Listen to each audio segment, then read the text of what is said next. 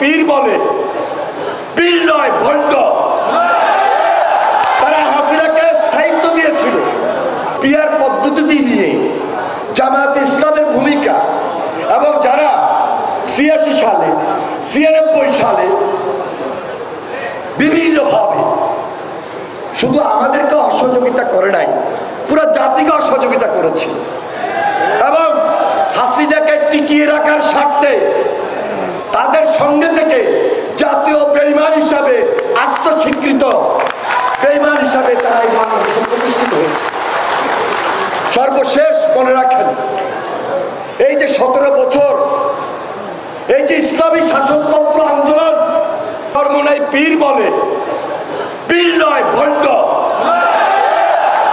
তারা হাসিনাকে স্থায়িত্ব দিয়েছিল, এমন কোন দালালি ফাঁকা মার্কার ছিল না। তারা এই বাংলাদেশের ইতিহাসকে কলঙ্কিত করে নাই। ২০১৪ নির্বাচন বলেন, ২০১৮ নির্বাচন বলেন, ২০২৪ নির্বাচন বলেন, হাসিনাকে সহযোগিতা করে হাসিনার স্থায়িত্ব বাড়িয়ে দেওয়ার ক্ষেত্রে এই চরমনাই পীর, এই ইসলামিক শাসনতন্ত্র আন্দোলন, এই ফাঁকা মার্কা ছিল বাংলাদেশের মানুষের আরেকটা জাতীয় বেঈমান হিসাবে চিহ্নিত। তাহলে তারা আজকে নির্বাচনের বিরুদ্ধে যে আন্দোলনটা করছে,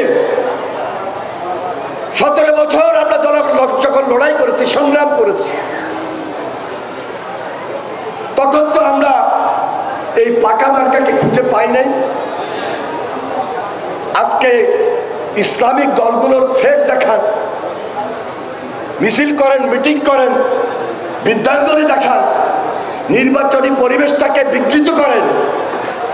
এই পরিবেশ থেকে বাইরে চলে ঐক্যই হলো শক্তি, সুদৃঢ় ঐক্য, যেটি জিয়া রহমান বারবার বলার চেষ্টা করেছেন, ইস্পাত কঠিন দৃঢ় ঐক্য।